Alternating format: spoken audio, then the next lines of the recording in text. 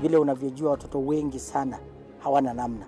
Mimi ningependelea watoto wasome. I'm here to stress on education. At the same time, let us actually do any kind of sport that we are doing. Sport speaks the best language to everybody. Tunataka tutafute talents. Zile raw talents kutoka kule nyumbani mashinani mahali tuko leo. Hizi mbio za Chepsaita, like all other sports, zinaleta watu pamoja. We want to use this event to uplift the lives of the community. Anafurahia hii mchezo sana. Hata sikaange naambianga watu tuende Chepsaita. Wanafunzi wakimbie ili wakuze talanta ya mbio ama kuhimiza tena elimu. This is the place to be. Hapa ndipo mahali wanastahili kuwa tarehe 7. Wale watoto walikimbia last year, wamekimbia mpaka wamefuka mipaka zetu za Kenya.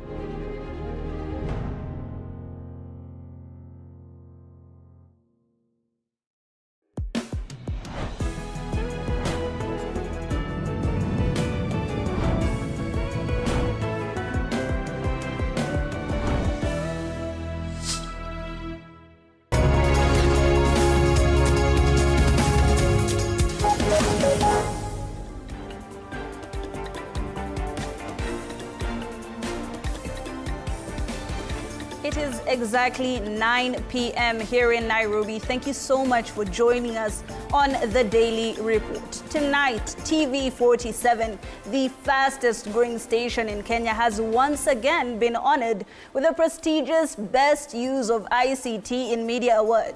The event was organized by the ICT Authority of Kenya, ISTAC, which recognizes TV47's exceptional use of information communication technology in its operations. TV47 was also lauded for its innovative approach in engaging audiences, excelling across diverse areas, including human interest stories and the creative use of technology for content distribution. That is why we have this award here in studio, and it is our commitment to continue growing with you, our viewer. You are our #1 business. And with that, let's have a look at the highlights.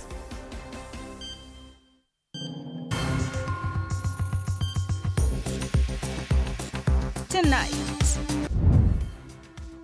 President William Ruto finally meets evangelical church leaders days after the church criticized his administration. Also tonight, Uhuru Ruto meet destabilizes Kalonzo Gachagua alliance. I would not be disturbed or even, worried or even shocked by the fact that Kalonzo joined the coalition. I would not. If he is not joining William Ruto or Raila Odinga, he is naturally joining, his friend Uhuru Kenyatta. As pundits look into the 2027 game plan. Plus, police officers linked to the murder of 29-year-old Rex Masai deny being in contact with protesters during the anti-finance bill demos. So you confirm that you did not fire any rounds from any weapon, and neither did you fire any tear gas canister from your launcher. Correct. The family of Masai is still seeking justice. And Zaiko Langa Langa is here. Congolese Rumba Band arrives in the country for the biggest show of the year, sponsored by Cape Media. Media and also to Kenya. We look forward to a very entertaining and a very fulfilling performance. Koffi Olomide will be among those who will be performing this Saturday in Kisumu. All right, it's clearly a night of wins. Thank you so much for joining us. My name is Hibak Said. On sign language interpretation tonight is Kelvin Makori. To start us off, World 10,000-meter record holder Beatrice Chebet and the World Marathon record holder Ruth Chepngetich are among the 6 athletes that the World Athletics has ratified their records. Chebet was unstoppable during the Olympics, bagging 2 Olympic gold medals. She also broke Ethiopia's Senbet Gedi's 10,000 meters record of 29 minutes 0.1 seconds at the 2024 Prefontaine Classic with a new world record of 28 minutes 54.14 seconds to become the first woman to break the 29-minute barrier. On the other hand, Chepngetich went into the history books as the first woman to break the 2 hours 11 minutes and 2 hours 10 minutes barriers in the marathon at the 2024 Chicago Marathon, where she erased Ethiopia's Tigst Assefa's previous world record of 2 hours 11 minutes 53 seconds with a new record of 2 hours 9 minutes 54 seconds. Other records that have been ratified by World Athletics include United States mixed 4x400 meters of 3 minutes 7.41 seconds, Sweden's finest Mondo Duplantis with a pole vault time of 6.25 meters, United States Sydney McLaughlin women's 400 meters hurdles in 50.37 seconds, and men's 35 kilometers race walk time of 2 hours 21.47 minutes by Japan's Masatora Kawan.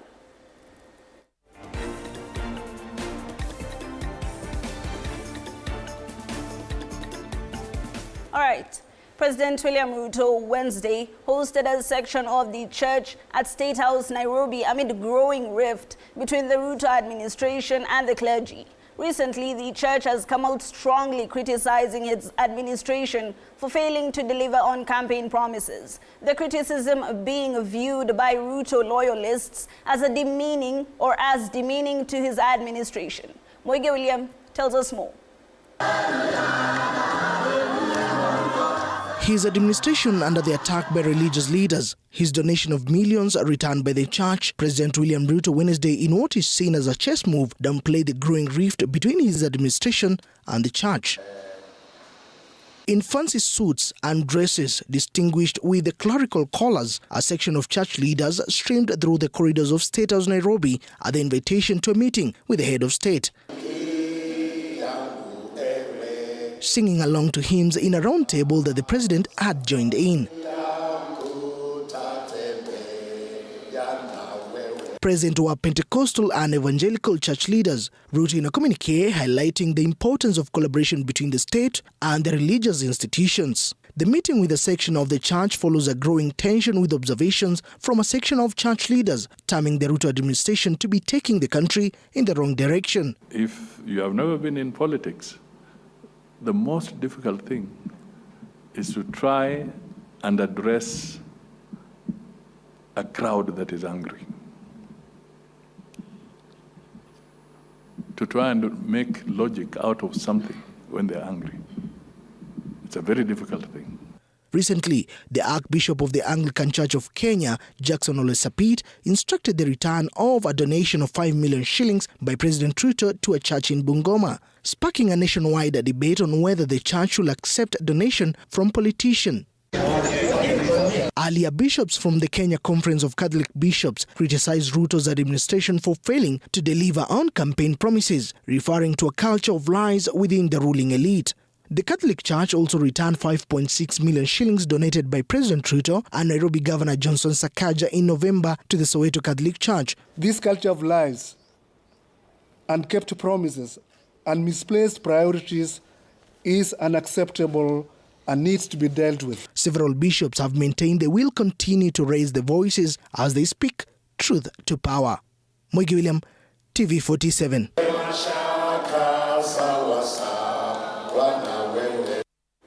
Thank you, Moige. This evening, the president says he fellowshipped with the Federation of Evangelical and Indigenous Christian Churches of Kenya at State House, Nairobi. In a statement, the president says frequent consultations between government and religious faiths help escalate the country's economic transformation agenda. The religious leaders have in the recent past been faulting the government over, among other issues, failing to deliver its campaign promises to Kenyans.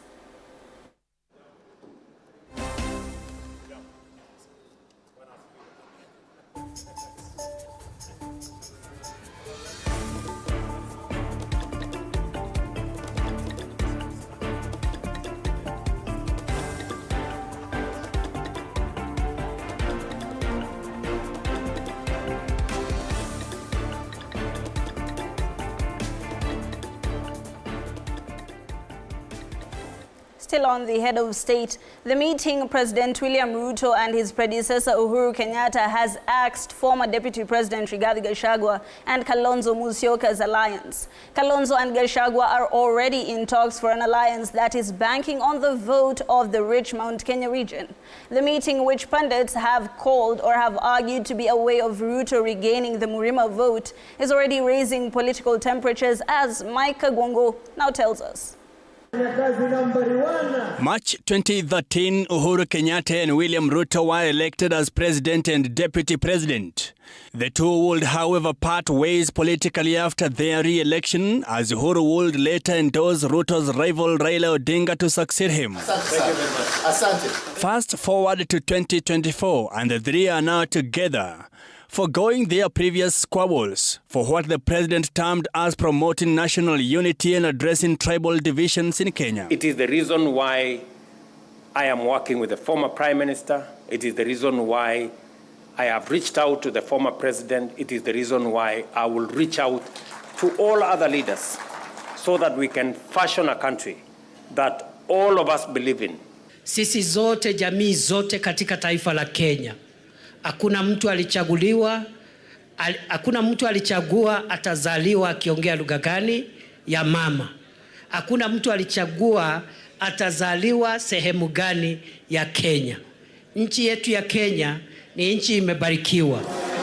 In contrast to 9th of March 2018 handshake between former President Uhuru Kenyatta and that of 9th of December 2024 between President Ruto and Uhuru Kenyatta, pundits now says the former's intentions were to stabilize the countries from economical downfall against Ruto's 2027 ambitions. Definitely, the coming in of Uhuru Kenyatta into peace with William Ruto means that the 41 against 1 stops loading. It was loading because it was beginning to appear that the Mount Kenya people are the one in the opposition. And as a people, if not as a party or a political formation, they were beginning to emerge as the dominant voice of the opposition. There is nothing wrong with that because opposition is instituted in our constitution. There's absolutely nothing wrong with that. But I don't think for a business community that is a very strategic position to take. Kagwanja says anyone who ever served in government's top leadership will want to have his own people in government. And former President Uhuru Kenyatta is not an exception. Politics is a game of proxies. Even when you are in position like William Ruto is, if you look at most of the people in the government, they are his people. Now, Raila Odinga is not in the government. He doesn't even hold a position of a chief. He's simply a candidate for the African Union. But who doesn't know he's the second most powerful person in this government? You know that. Why? Because politics is a game of proxy in many cases. If you don't have proxies in whichever way, whether you are an MCA or you are a member of parliament or a senator or a governor like myself, now what does that mean? It means that you are not with the ground. So Uhuru Kenyatta naturally would like to have some proxies in this government. Already there are talks of a looming cabinet reshuffle that might include Kenyatta's allies. Former cabinet secretaries Mutahi Kagwe, Fred Matiang'i, former Interior PS Karanja Kibicho and former governors Nderito Mureithi and Lee Kinyanjui are among those who have been mentioned as Kenyatta's allies. It's a seismic move in the sense that the three most powerful political families today are now in the same camp. Now, Kalonzo Musyoka is a friend of Uhuru Kenyatta. You do know that he was in his daughter's wedding just the other day. So there is no enmity between the two. President William Ruto is said to have been working hard to regain the mountain after the unprecedented impeachment of Rigathi Gachagua, who Kagwanja says might also join the dancing stage in the near future. I will also not be surprised in 2026, 2027, if you see William Ruto reaching out to Gachagua and Gachagua reaching out to William Ruto. This is Kenya. That's why I told you, Kenya sihami. Kenya sihami. Where do you get this kind of drama? Gachagua and Wiper's Kalonzo Musyoka are already in talks to form an alliance that has been seen to bank on the vote-rich Mount Kenya region as well as the Ukampani votes. Mike Kagwango, TV47, Nairobi. All right. The family of 29-year-old Rex Masai is now seeking justice months after he was killed in the protests against the Finance Bill 2024.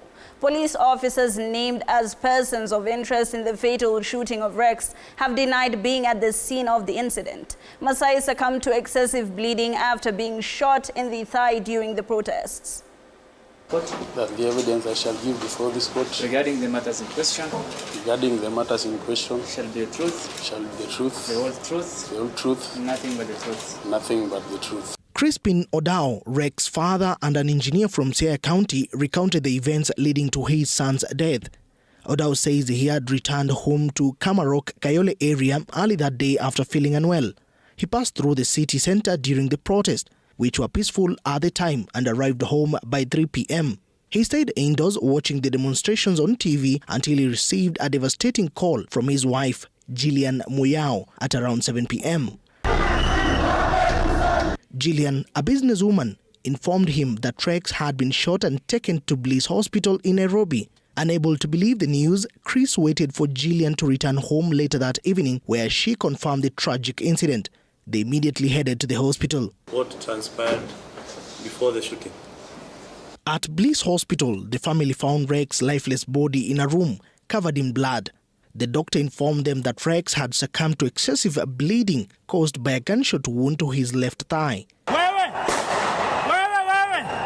According to the doctor, the bullet was still lodged in Rex's body at the time of his death. The family was told that Rex had already passed away when his colleagues who had rushed him to the hospital arrived. Efforts to transfer Rex's body to a mortuary were met with resistance. A police officer dressed in civilian clothes and refusing to identify himself insisted that the matter was a criminal case and only police could handle the transfer. Officers from Central Police Station arrived later and took the body to City Mortuary around 1 a.m. as the family and neighbors accompanied them. They just said they are from Central Police Station and they are sent to pick the body to City Mortuary. So did you know any one of them? Okay. Did that happen? Yeah, they did. So they took the body? They took the body. Were you involved? Did they involve you? Yeah, they involved us. Did you have a choice? We had no choice because they said the matter is in their hands. Okay. So we didn't have a choice. We just had to accompany the body to City Mortuary. It was only after Nairobi Senator Edwin Sifuna called the officers in the presence of the family that they arrived at noon. The post-mortem, conducted by a government pathologist and a family doctor provided by IPOA, revealed that Rex died from excessive bleeding caused by a gunshot wound. The pathologist claimed the bullet had exited Rex's body, contradicting the earlier statement from Bliss Hospital that it was still lodged. First person to come on post-mortem was a family doctor. Let's say it's a family doctor because we were offered a family doctor by IPOA. Did you get the name of the doctor? I can't remember. I think it's in the record there. And later, we were joined by Johnson, the government pathologist. Constable Benson Kamau, stationed at Museum Hill on the day of the protest, denied being in the CBD and claimed he did not fire any bullet. Corporal Isaiah Murangeli, also deployed that day, stated he was stationed at KCSE and did not interact with protesters or fire any tear gas or bullet. A truly sad state of affairs. Dozens were injured at a burial ceremony in Gurubani village in Mwea, Kirinyaga County after a swarm of bees attacked mourners during a funeral. The event had to be suspended as mourners ran for safety from the bees, which wreaked havoc, bringing a burial to a halt. Arnold Adidi reports. The burial ceremony of 76-year-old Faith Njeri Morigu turned chaotic after a swarm of bees attacked mourners who had gathered here to offer their final tributes. According to the organizers of the ceremony, the body of the late Faith Njeri had just arrived home for burial rites after a mass at Wanguru ACK Church. But before the interment was complete, bees stormed the gathering. Wakati tunataka kuzika mwili, nyuki zikatokelezea. Zimetoka kwa miti na zilikuwa mingi, zikaanza kukula watu. Watu wengi wametoroka, as you can see. Ni kumaanisha saduku bado iko hapa, mwili iko kwa shimo. Tulikuwa tumeweka mchanga kidogo, lakini sasa tunangojea zikitulia kidogo wale watu ambao wamebaki tuendelee kuzika mwili. Several mourners, family members and even members of the clergy were injured in the ordeal. The burial had to be suspended for some time since all the mourners had scattered to safer places. In the church we went well until wakati sasa tumekuja huku nyumbani for the final lights. Kwa bari hapo kwa Berera hapo ndipo imetukuta tukirudisha mchanga, ikaanza kutupiga na ikapiga watu sana, hata wenye walikuwa wanarudisha mchanga sasa watu wakaanza kukibiria uhai wao. Sasa hata haijafika nusu, zimekuja mingi sana, watu wote wamepotea, ndio hao unaona wakitokea na. However, the deceased's body was later buried by a handful of mourners who made way back to the home. Residents here have been left with many questions regarding the bizarre occurrence. Nyuki zimetoka juu ya mti zikaanguka kwa sababu kuna mtu alikuwa amejipaka mafuta ambayo inanuka kama hii honi kama asali. Na hiyo ndio imesababisha nyuki wakuja wakule watu. Arnold Adidi, TV47. Thank you. Now, the High Court in Nairobi has suspended the orders directing 34 government institutions to migrate their services to the e-Citizen platform. These orders now stopping any disciplinary action against the 34 CEOs put on notice for their failure to onboard the e-Citizen services platform. The 34 government agencies had been flagged by President William Ruto, with its CEOs given a one-week ultimatum to comply. Sheila Chelangat now tells us more. The conservatory orders issued by the High Court in Nairobi today restrains anyone from compelling the 34 CEOs put on notice on the 28th last month from acting upon the orders by President William Ruto of compulsorily migrating their services to the e-Citizen platform. And I want to put them on notice. The people who still are playing games with us. The petitioners, represented by Kituo cha Sheria, challenged the president's directive, arguing that it is in violation of the CEO's legal rights.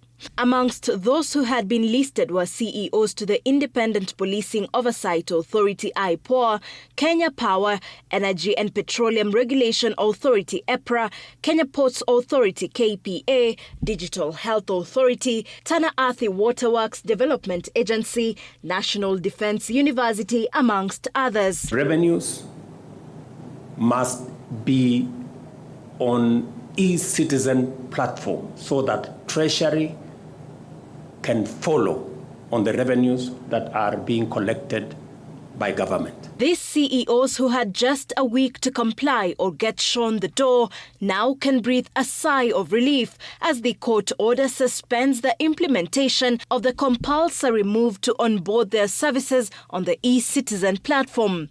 Pending the hearing, the High Court has also discontinued any form of disciplinary action against these CEOs to the 34 government agencies for their failure to operationalize the president's directive. This case will come up before Justice Bahati Mwamuye for further directions on the 31st of January next year. Sheila Chelangat for TV47. Thank you, Sheila.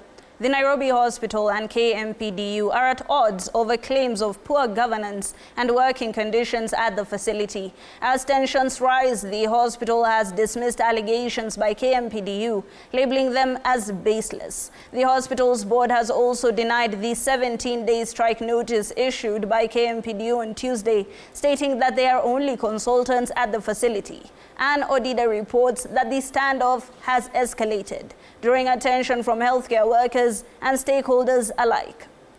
Tell everybody out there who has nothing to do at the Nairobi Hospital not come here. This standoff between the Nairobi Hospital and the Kenya Medical Practitioners Pharmacist and Dentist Union KMPDU escalated on Wednesday after the hospital issued a fiery response to allegations of poor working conditions and governance challenges. We have not had, as an institution, any formal complaint from our local doctors that they are being mistreated, they are being underpaid. The controversy began when KMPDU, the Kenya Hospital Association and the Admitting Staff Association accused the hospital's management of financial mismanagement, poor treatment of healthcare workers and failing to adhere to court directives. In their initial press conference, the union declared a strike notice, giving the hospital a week to address the concerns or face a total shutdown of operations. And if they don't go in the 7 days, we are saying the strike that will begin here will be a warm-up towards the national strike. However, Nairobi Hospital's response was anything but conciliatory. The hospital board's chair, Dr. Chris Bishage, hit back at the union and its allies, claiming that those raising complaints were not employees of the hospital. People were talking yesterday, and I'm sure some of you were in the interview, and they're giving wrong information that we are not paying good salaries, we don't have good terms. They are not our employees. When you have individuals who are hired guns out there making statements on matters private institutions, while they should limit themselves to the arena of public institution. Calls for the resignation of the board by KHA were also dismissed, with the board pointing out that recent elections had been conducted just last week, which also gave members of KHA the opportunity to vie for leadership positions. And these people who are making noise out here, they had an opportunity to be elected if they are members of Kenya Hospital Association. The accusations of chaos during the hospital's court-mandated annual general meeting were also firmly denied, with the hospital stating that there was thorough registration and vetting of participants and that the allegations are baseless. From my records, they registered themselves, they were screened, they were confirmed to be paid-up members, and they participated in the meeting. Despite the hospital's assurances that operations remain uninterrupted and patients continue to receive world-class care, the unions remain unconvinced. KMPDU had insisted that the allegations are rooted in legitimate grievances from healthcare workers who have been subjected to poor working conditions. As for the December 17 strike notice, Nairobi Hospital has categorically stated that it will not materialize. Anne Odida, TV47. Thank you, Anne. Now, Zaiko has arrived for Mzuqa Fest. One of Africa's most legendary music group, Congolese Zaiko Langa Langa, has already arrived in Kenya ahead of the highly anticipated Mzuqa Fest Dala edition that is scheduled on 14th of December at the Mamboleo in Kisumu County. The band is commonly known for its approach and contribution towards the rumba genre and is ready to showcase their unique fusion of rumba and soukous as the Kenyan fans, Cape Media radio presenters and TV personalities were among those who received them. Mzuqa Fest has been sponsored by Cape Media. Others who will perform include Kofi Olomide, Kenya's Prince Inda, among others. We look forward to a very entertaining and a very fulfilling performance. And, this is a very anticipated performance. And Kenyans, both in Nairobi and Kisumu, can't wait to see your performance. We want to welcome you, sir, Nyokalongo, and the band, Zaiko Langa Langa. We're very excited as Cape Media to have you here today, and we look forward to having you in Kisumu. Je dois d'abord commencer par vous remercier. Pour nous, c'est un honneur. On retrouve Kenya. This will be the biggest festival ever to be held on these grounds of this country. So please make sure you see you on the 14th in Kisumu. So I just want to welcome the whole team of Zaiko Langa Langa. Welcome to Nairobi. Karibu sana papa Nyokalongwe na kati ya Ndako na kati ya Kenya. Tunakupenza. Barapenda Zaiko Langa Langa. Na Kisumu wako tayari kwako. All right, clearly a lot of exciting things are happening. And as I continue to gaze upon this beauty here, who has been reading news with me, we go for a very short break. But don't go too far, we have so much more to tell you here on the Daily Report. Don't touch that dial, we'll be right back.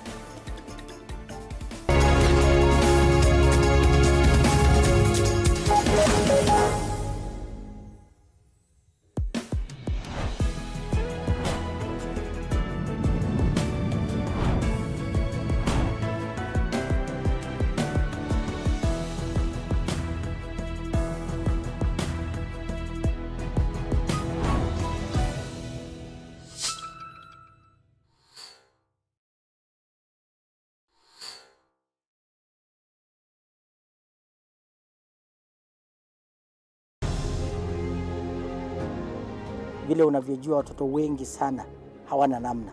Mimi ningependelea watoto wasome. I'm here to stress on education. At the same time, let us actually do any kind of sport that we are doing. Sport speaks the best language to everybody. Tunataka tutafute talents.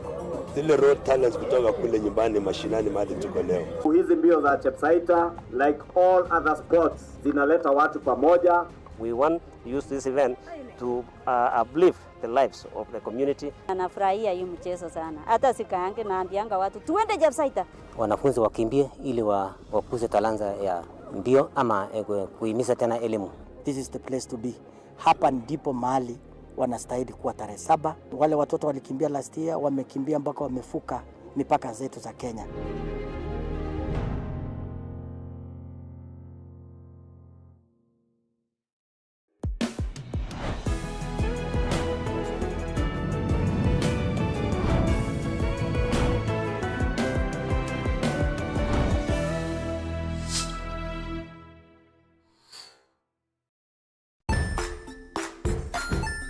Hey there friends, welcome to Kids on the Block, where fun and imagination come alive. We dive into magical world filled with exciting adventures and awesome friends. What position were you in? I was number 2. What position were you? Number 1. He decided to cross the bridge by his house and look for food on the other side. We're going to do half cup of chocolate chips. And the other one, we're going to do half cup of the blueberries. So, grab your imagination hats and get ready to explore with us. Join us every Saturday at 9 a.m. for new friends, amazing stories, and tons of laughter.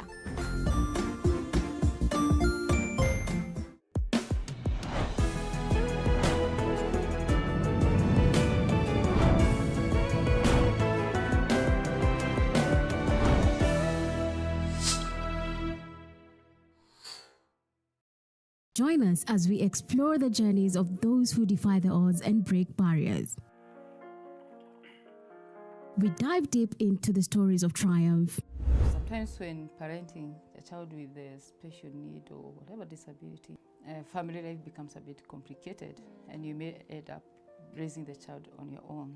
Here, we inspire. I have a farm which one we showcase with other dyslexic youths and autism, how to farm. Motivate. It's never easy, but what we do, the best thing is to work with another parent who has an elder child than yours. And break through the barriers one story at a time. Push your boundaries beyond the limit. Saturdays at 8 p.m.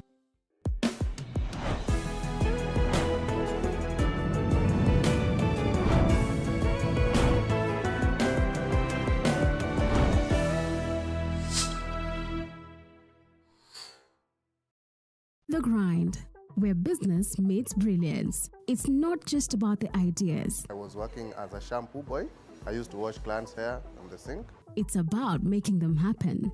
From big wins. In primary school, when we would be asked what people want to be, I was categorical that I want to be a nurse. To hard lessons. The consoles change, the gaming equipment keep changing. We cover it all. Tune in to The Grind, where every episode is packed with insights. The person who is serving customers, always be a customer-centric. Strategies. When you pay attention to detail, you get luxury items. And stories to fuel your ambition.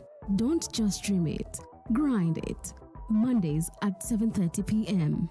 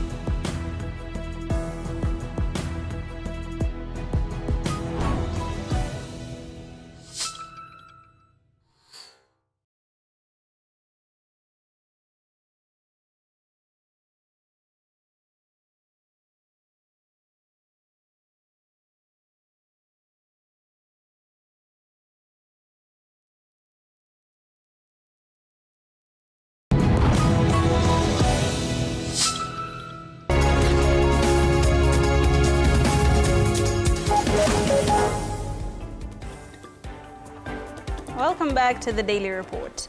Now, KCSE results in January, more than 300 or 964,000 candidates, that is 965,000 candidates who sat for the 2024 Kenya Certificate of Secondary Education will know their fate in January next year. Speaking on Wednesday, Education Cabinet Secretary Julius Ogamba confirmed that the marking process is still underway. Andrine Kiliami now tells us more.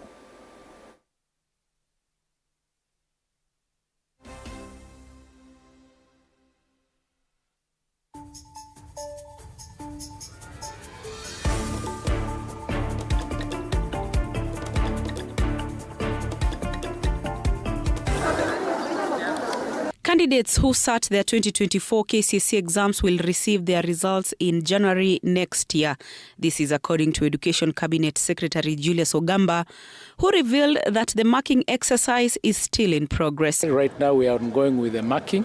It is in process, and once they are ready, we'll be able to release them. While refraining from revealing specific dates for the announcement of the results, the CS further urged parents to remain calm, saying the marking process is being handled with accuracy to ensure results reflect the true performance of candidates. I'll not be able to give you a particular date because we are in the process of doing the marking. So you'll get the results. Okay. Yes, let me just say that the results will come. The exams, which ended in late November, saw over 965,000 candidates sit for the exams.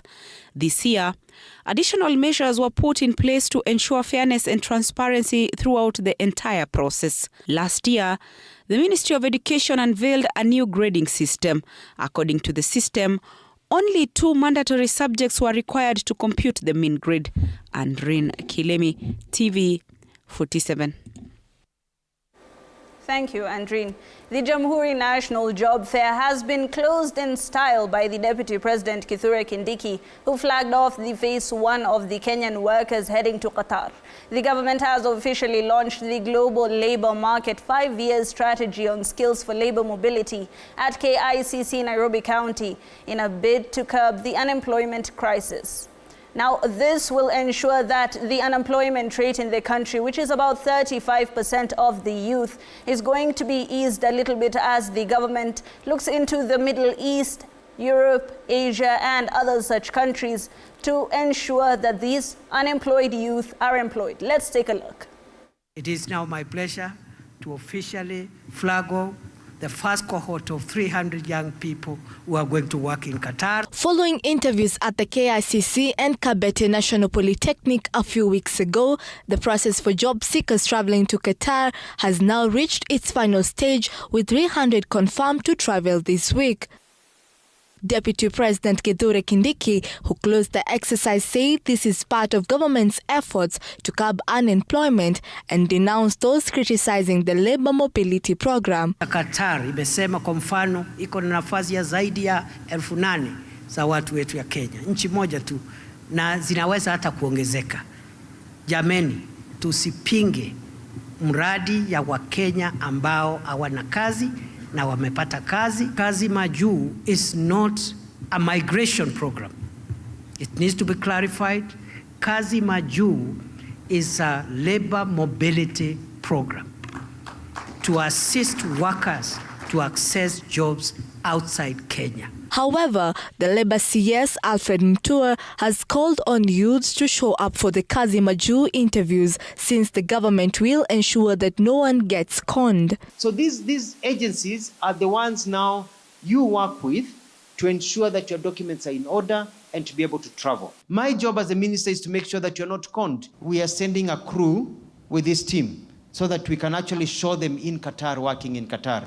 Ndio watu wanaosema ni stories za jaba, wameze wembe. With over 70,000 Kenyans working in Qatar, the ambassador of the state of Qatar to Kenya, bin Ali Al-Dosahi, urged laborers not to fear working in Qatar, adding that he is aiming to recruit more laborers to work in his country. Please don't be afraid, because Qatar is beautiful and a country of law, and nobody is oppressed. their faces clearly displaying happiness. This group is thrilled to have the chance to improve their financial situations and acquire skills away from home. I'm really sure that if I go there, I can change my life and I can establish it through from zero to an ilo. Qatar, they work on a modernized technology. Ukikompare na Kenya, wao wanafanya strategies zao different ukikompare na Kenya, and still their technology is up. With about 5.5 million Kenyans unemployed, the government's three-legged initiative Kazi Maju, Kazi Mtandaoni and Kazi Mtaani aims to continue securing more jobs for Kenyans to address this crisis. Anastasia Mkabi, TV47, Nairobi. Thank you, Anastasia. The Green Belt movement has challenged the government's decision to expand Kiambu Road by giving 51.64 acres of the land in Karura forest. The movement claims that a private entity was granted a special user license without obtaining the necessary environmental impact assessment from the Kenya Forest Services or the National Environment Management Authority, NEMA, as Ruga Eval now tells us. A proposal to widen the Kiambu Road has encountered a significant setback. The Greenbelt movement has filed a case in court to challenge the decision by the government to expand the road by giving over 51 acres of land in Karura Forest in a 46.3 billion shillings project. The case, filed by Gishohi Wawero, raises concerns about the environmental and social impacts of the road expansion. The Greenbelt movement states that this project had a number of shortcomings, among them inadequate in addressing climate impacts, biodiversity loss and environmental constraints, focusing only on economic benefits.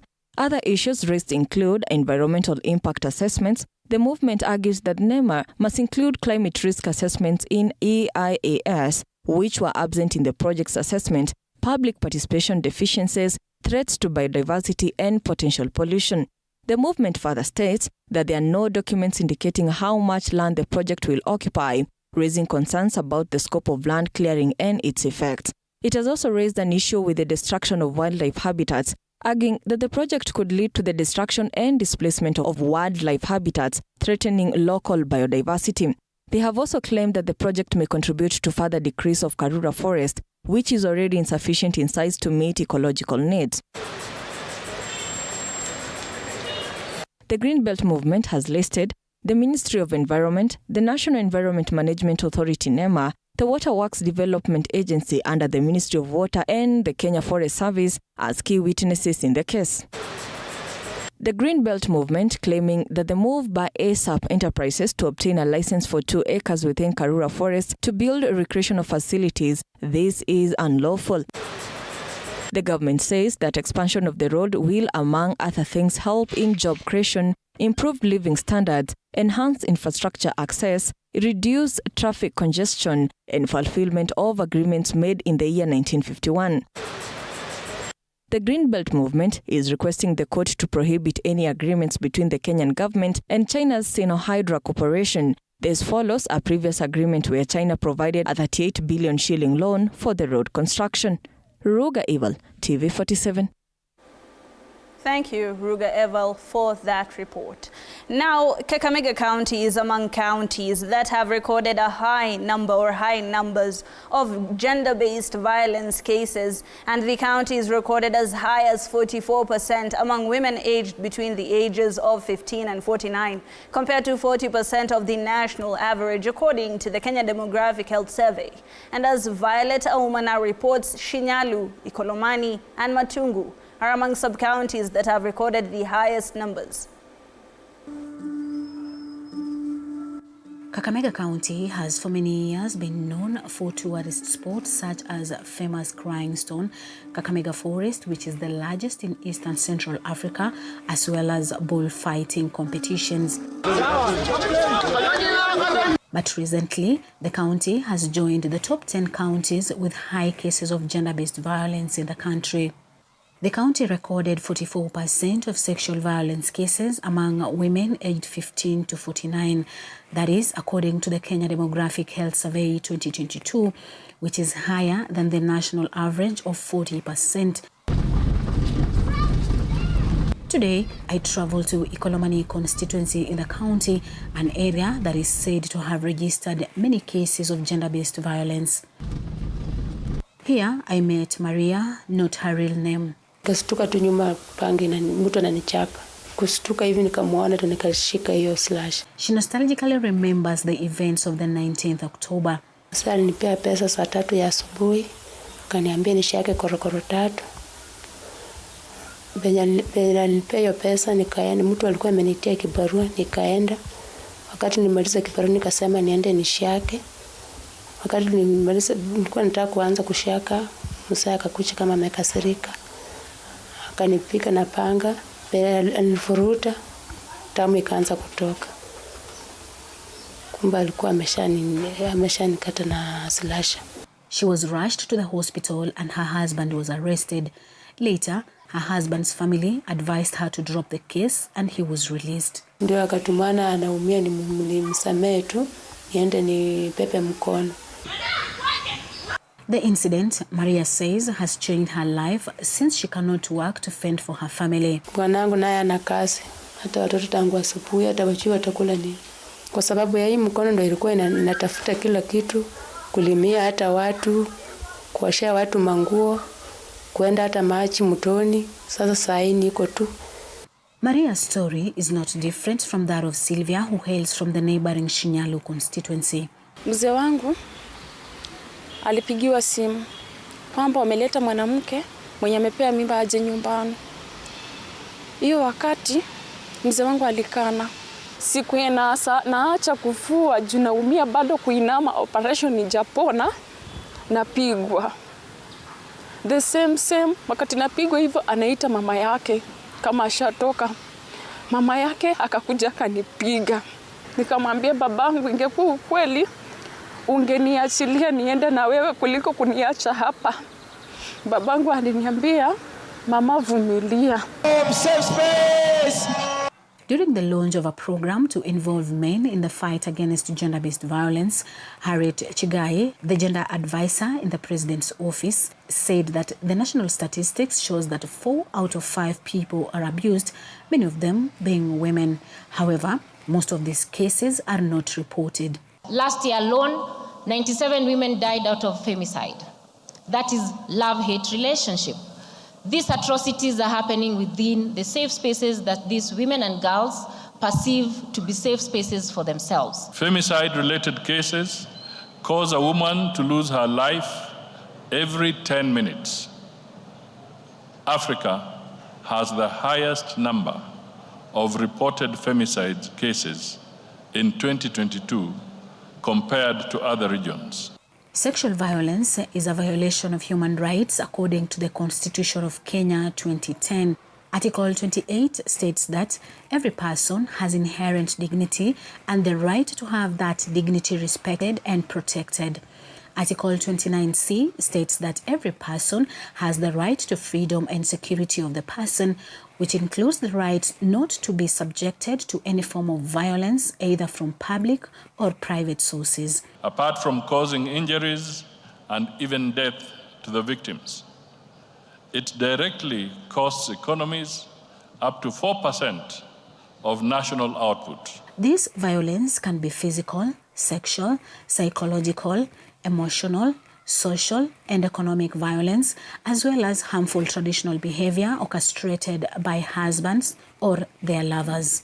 Gender stereotypes, gender inequality, norms and beliefs that violence against women and girls are acceptable have been identified as major barriers to gender mainstreaming.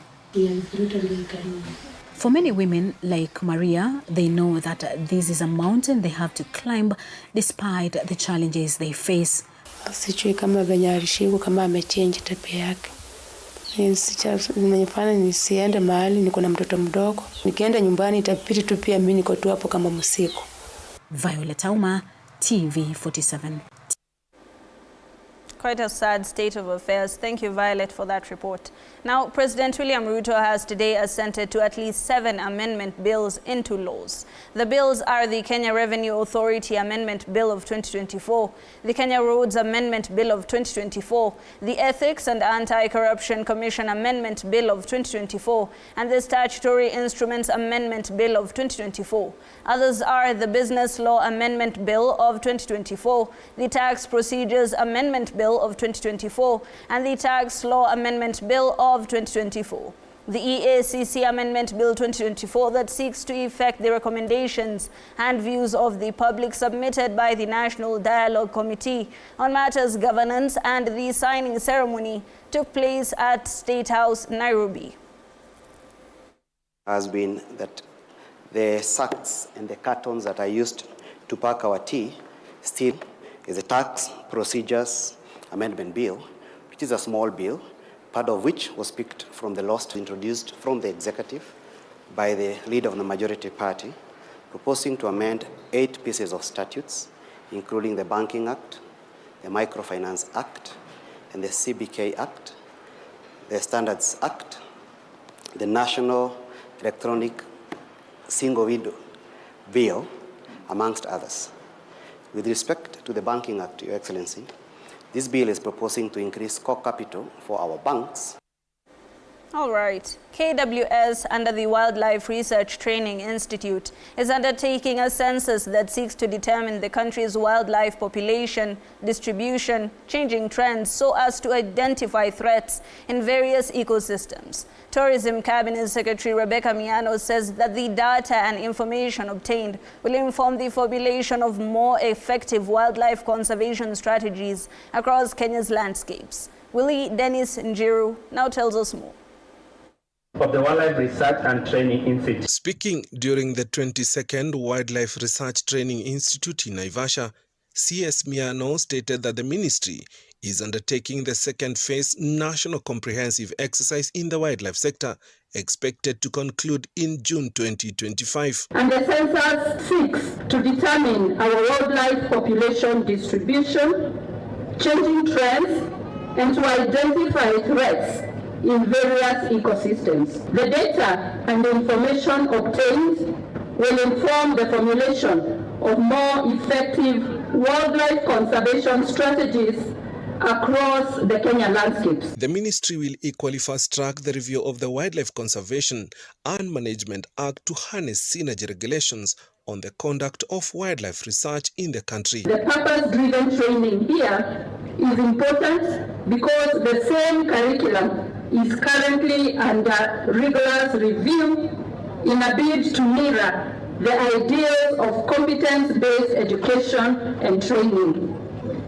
I urge the leadership of these institutes to accelerate the completion of the review process and acquire the necessary approvals to pave the way for implementation. Graduates from this institute are a treasure resource in the tourism and wildlife sector. The agenda will guide training capacity development in the wildlife sector for the next 10 years. I am proud that the first national wildlife training agenda was a product of a thorough participatory process that helped identify skill gaps that inform these institutes' training program. It is also gratifying to note that the agenda will guide training and capacity development in the wildlife sector for the next 10 years. The 282 graduates were cautioned to be vigilant on hygiene of their actions and keep conscience clean and make a difference in the communities they dwell in, even as they improve themselves amid graft clamor across the country. As you step into the world beyond these walls, you carry with you not just a certificate, but the hopes and aspirations of a nation that looks to you to champion the preservation of our national heritage. Our Principal Secretary. For TV47 from Naivasha, I'm Willie Dennis Njiru.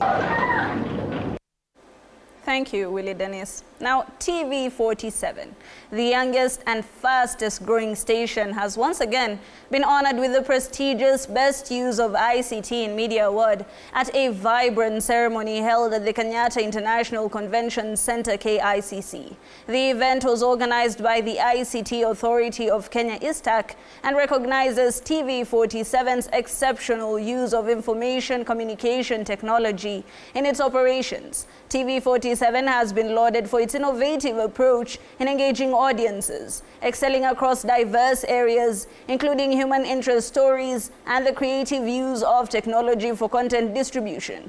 Additionally, Mount Kenya University shone at the awards, clinching several accolades, including Best Company in ICT for Education. The university's Joseph K. Moria was also honored as ICT Manager of the Year, known for its commitment to equipping students with industry-ready skills. Mount Kenya University continues to be a leader in preparing learners for the competitive job market. The responsibility for us is to activate the economic opportunities that this digital space brings to our young people. In a recent study that we did with GIZ, it is estimated that about 1.9 million people are involved in digital jobs. But only a very small percentage. Yeah, it's a very big number actually for us. But then compare that to the total population of the young people that we have. Because we are saying 65% of the young people are actually unemployed. So we have a huge gap for us to try and catch up. And we believe that it is this kind of collaboration. Ladies and gentlemen, this one is best use of ICT in media. Yo.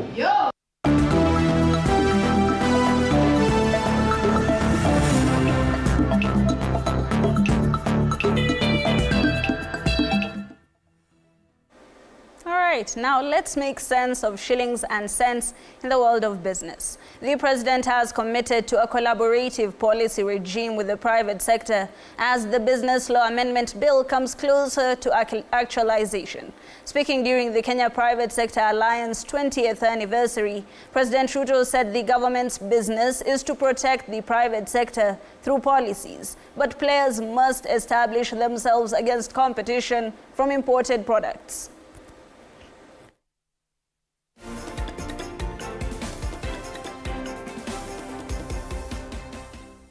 The ministry responsible for this space to have continuous engagement, especially when we are formulating policy positions, when we are looking at what areas that we need to intervene.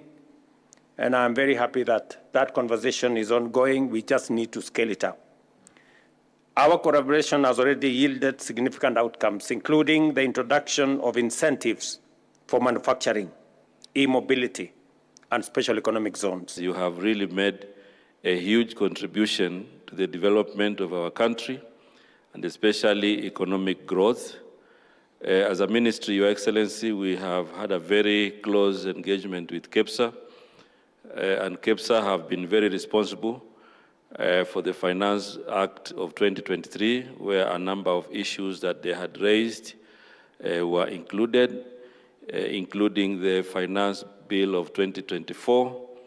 And Your Excellency, even now as we discuss the tax laws, which are very critical in ensuring that we have a much more predictable investment environment, and also the Business Laws Amendment Bill. All these pieces of legislation, Your Excellency, have a very big input from KEPSA. Elsewhere, Sanlam Kenya has reported a rebound after the settlement of a 3.25 billion rights issue approval by shareholders. Now, the listed non-bank financial services firm will now be recapitalizing its balance sheet by making an early repayment to an existing performing loan facility from Stanbic Bank Kenya. Sanlam Kenya Chairman Dr. John Simbanao says the share capital will be increased by a maximum of 3.720 billion, up from 2 billion Kenyan shillings, divided into 400 million ordinary shares with a nominal value of 5 shillings each.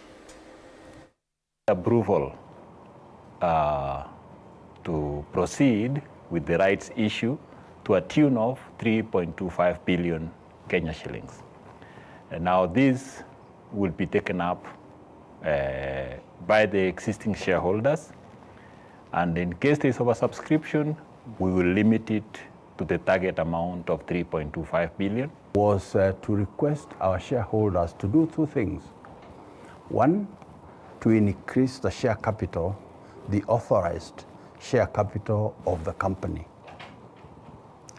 And two, to empower or give power to the directors and authorize the directors to allot shares, those shares, to the existing shareholders.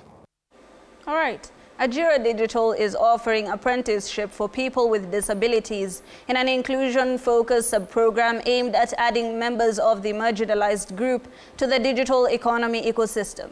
According to the 2019 Kenya Population and Housing Census, approximately 2.2% of Kenya's population, or 900,000 people, have some form of disability, with women making up 57% of that number of all persons with disabilities. A majority of this number remain unemployed and unemployable, being the neediest for sustainable digital careers, both locally and internationally.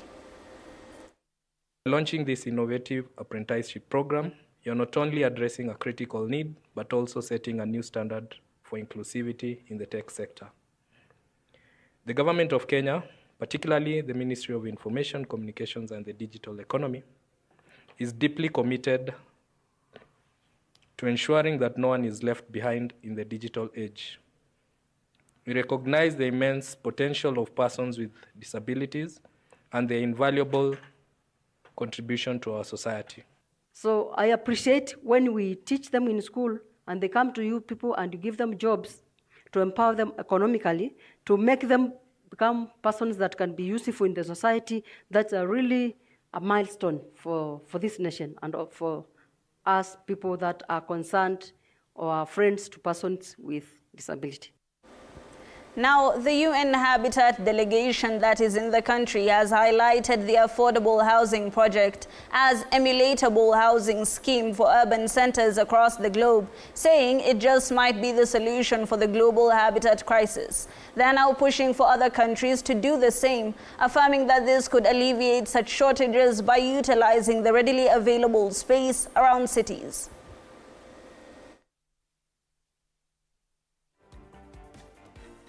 They have been able to go around the site and they have seen what we are doing. This site is the biggest single site that we are having in the country. 56 acres having more than 13,000 housing units. And the first 5 blocks are ready for occupation. We are waiting for the lifts. And the next 2-3 weeks, the keys will be handed over by His Excellency the President. So for us, we are happy and we believe the experts will go home with a good idea on how the government of Kenya is promoting the issue of affordable housing. Understand the framework of this project, but also know better the details of this project. So the world is now facing a global housing crisis, and we have massive and urgent needs. So we really need to produce houses. So the scale of this project responds to the needs actually that we have today. In the same breath, with President William Ruto's affordable housing projects poised to create substantial employment opportunities, particularly for the country's youth and women, the Institution of Engineers of Kenya has decried a lack of formal contracts between government and contractors, making their operations difficult to execute.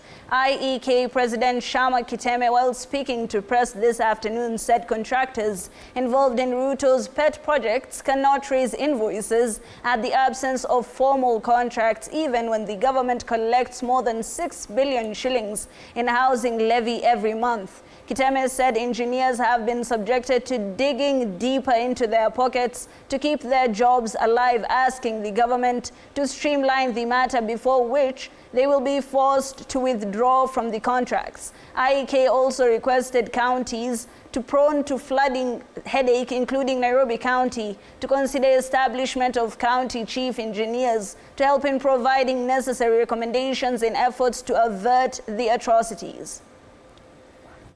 I want to see a scenario whereby while we have over 170 billion pending bills in the road sector, then in the affordable housing program, we end up dealing with pending bills, which we believe is something that should be addressed as a priority because we are supporting this initiative. We have committed ourselves to support it. However, the outcry from our members now is that they need to be paid. They need to be compensated for their services, even as we look towards realizing the goals for this program. We see a deliberate effort to make Kenyan contractors suffer. And we are talking of lack of employment in the country. The government cannot employ all Kenyans. The private sector and contractors is a big percentage of that, do provide alternative employments for Kenya. The president has just mentioned numbers of about over 100 consortia engaged in the housing project. Those are the firms. But the number of people employed by those firms is a big number of Kenyans, not just engineers and technicians.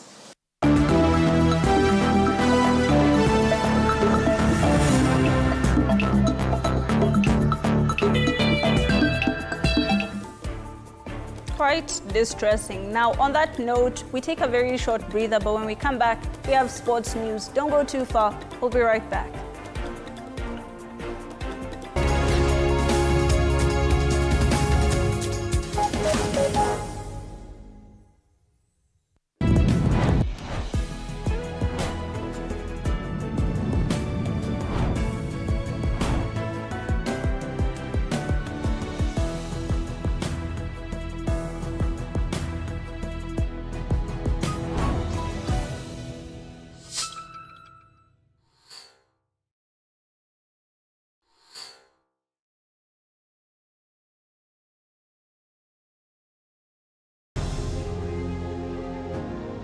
Vile unavyojua watoto wengi sana hawana namna. Mimi ningependelea watoto wasome. I'm here to stress on education. At the same time, let us actually do any kind of sport that we are doing. Sport speaks the best language to everybody. Tunataka tutafute talents. Zile raw talents kutoka kule nyumbani mashinani mahali tuko leo. Hizi mbio za Chepsaita, like all other sports, zinaleta watu pamoja. We want to use this event to uplift the lives of the community. Nafurahia hii mchezo sana. Hata sikaange naambianga watu tuende Chepsaita. Wanafunzi wakimbie ili wakuze talanta ya mbio ama kuhimiza tena elimu. This is the place to be. Hapa ndipo mahali wanastahili kuwa tarehe 7. Wale watoto walikimbia last year, wamekimbia mpaka wamefuka mipaka zetu za Kenya.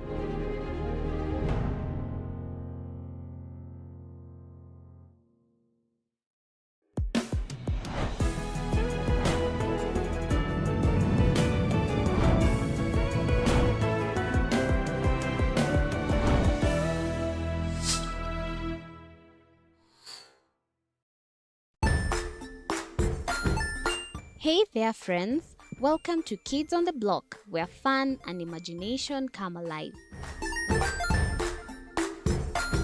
We dive into magical world filled with exciting adventures and awesome friends. What position were you in? I was number 2. What position were you? Number 1. He decided to cross the bridge by his house and look for food on the other side.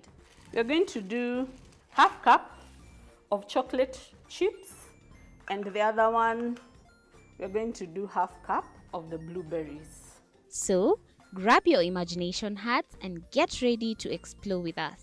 Join us every Saturday at 9 a.m. for new friends, amazing stories, and tons of laughter.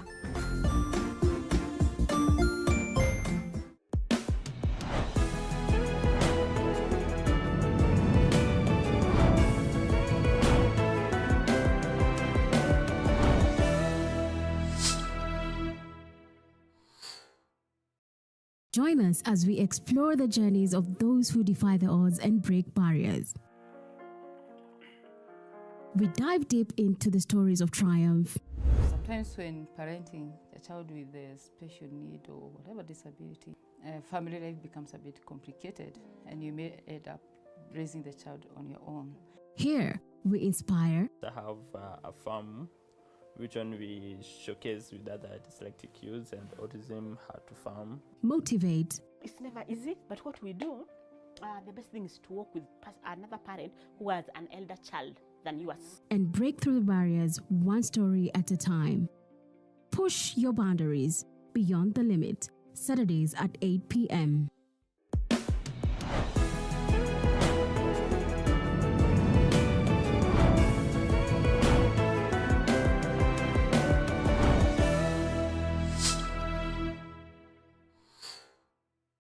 The Grind, where business meets brilliance. It's not just about the ideas. I was working as a shampoo boy. I used to wash clients' hair on the sink. It's about making them happen. From big wins. In primary school, when we would be asked what people want to be, I was categorical that I want to be a nurse. To hard lessons. The consoles change, the gaming equipment keep changing. We cover it all. Tune in to The Grind, where every episode is packed with insights. The person who is serving customers, always be a customer-centric. Strategies. When you pay attention to detail, you get luxury items. And stories to fuel your ambition. Don't just dream it, grind it. Mondays at 7:30 p.m.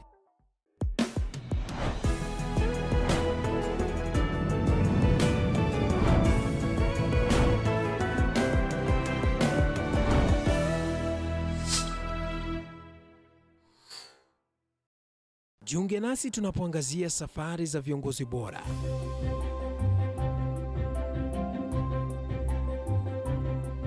Kutoka kwa ushindi mkubwa hadi masomo magumu. Wakati wetu kwamba wasichana si wa kusoma, ni wa kuolewa, ng'ombe ipatikane, wazazi wakuwa watajiri. Tunashughulikia yote. I wish I were a better investor. My parents taught me how to look for things for myself. Tazama Mfahamu Kiongozi, ambapo kila kipindi kimejaa maarifa, mikakati na hadithi za kukuza azma yako. For me to succeed, I have to fight. Kila Alhamisi saa 1:30.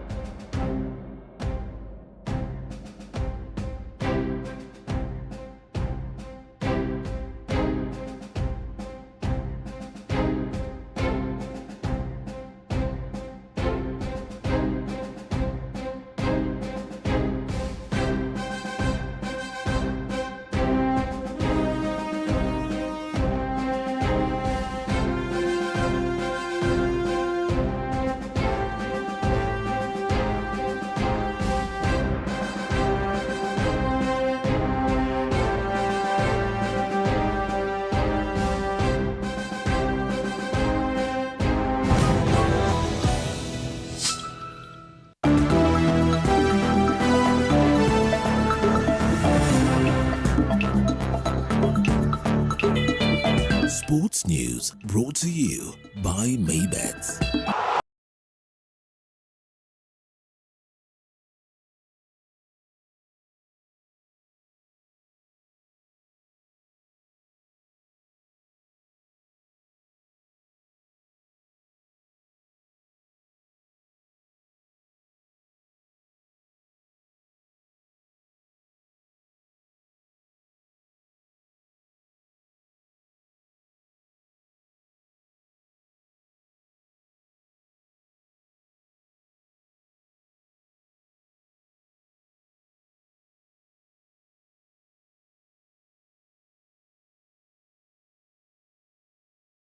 Let's get sporty.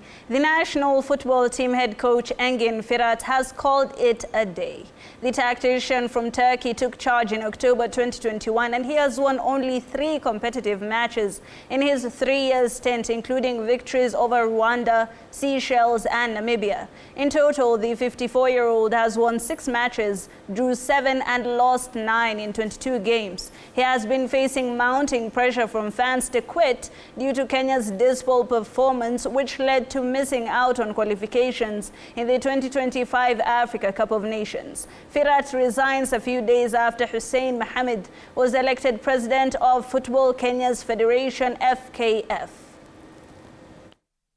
I'd like to point out that the national coach terminated his contract through a notice that was issued this week, at the beginning of this week, and it was important for us to convene the media to inform all Kenyans that as we speak today, he opted to terminate his contract with the Federation, and that we will be looking at alternatives, or we'll be looking at a way forward once we have internal consultations with the technical team, with the NEC members, and with the secretariat here at the Federation. Time is not on our side. There are quite a number of activities or programs that we must make very quick decisions on. There's also the preparation for CHAN. In fact, the team needs to start preparing to go to camp.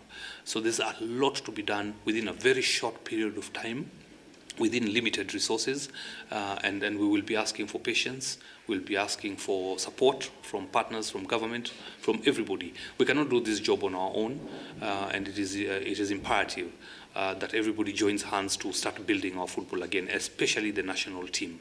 Some choices at the beginning might be very painful and difficult, but we would have to do everything required to sort of kickstart the reform process.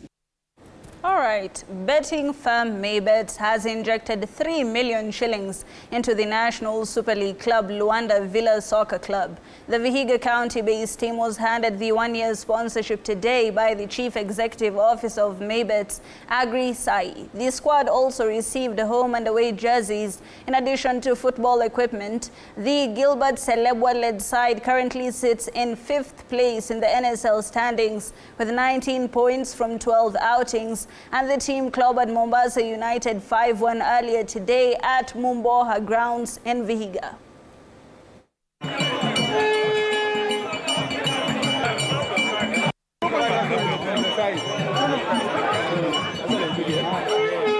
All season for the next 10 months, as Maybets, we are going to give the team each month 300,000 shillings. So in total, we're going to give the team 3 million. Last season mnakumbuka Maybets tulikuja hapa kama season inaenda kuisha, team ilikuwa ina struggle kidogo, tukawasaidia na vile team ikakuja tena ikanok. We want to assure you that as a company we are committed to giving back to the community where our customers and our fans originate from.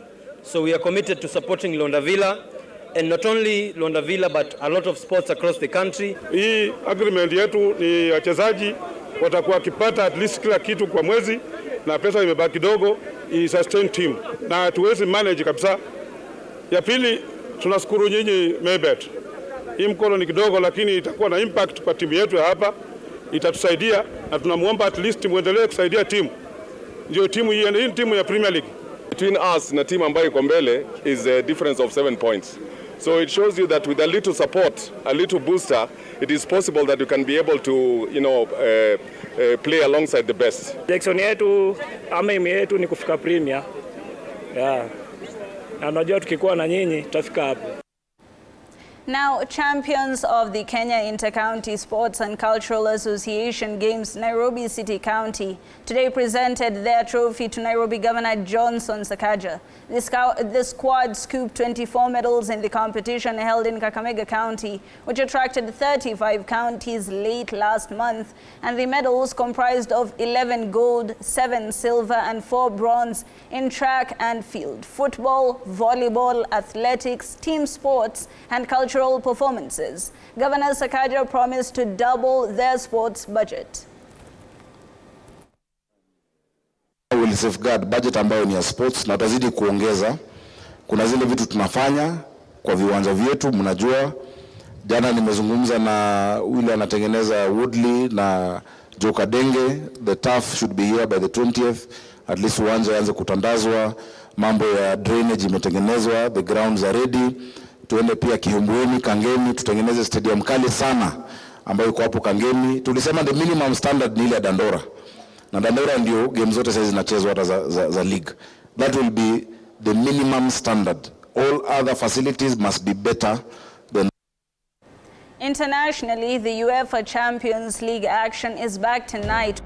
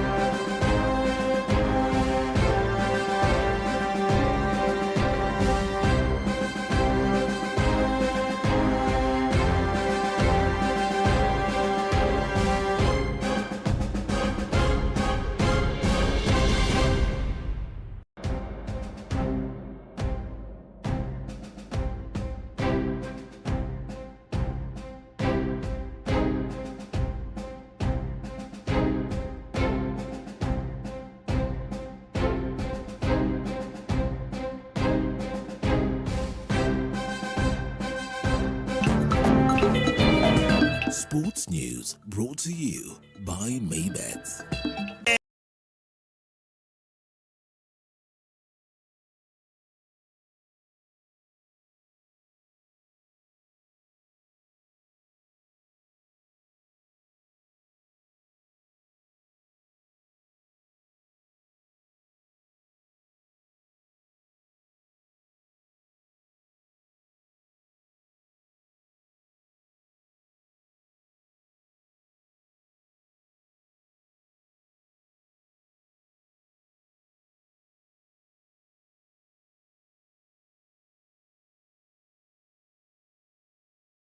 This winning night tonight. Thank you once again for ensuring that you watch us and you give us the acknowledgement that led us to winning this trophy in ICT. Of course, TV47, the Gen Z channel, is going to make sure that this is a lead so that we can make more with ICT. Thank you so much for joining us tonight. My name is Hibak Said. On sign language interpretation tonight has been Kelvin Makori. Good night, Kelvin. Good night to you all. Have yourselves a very lovely Wednesday night.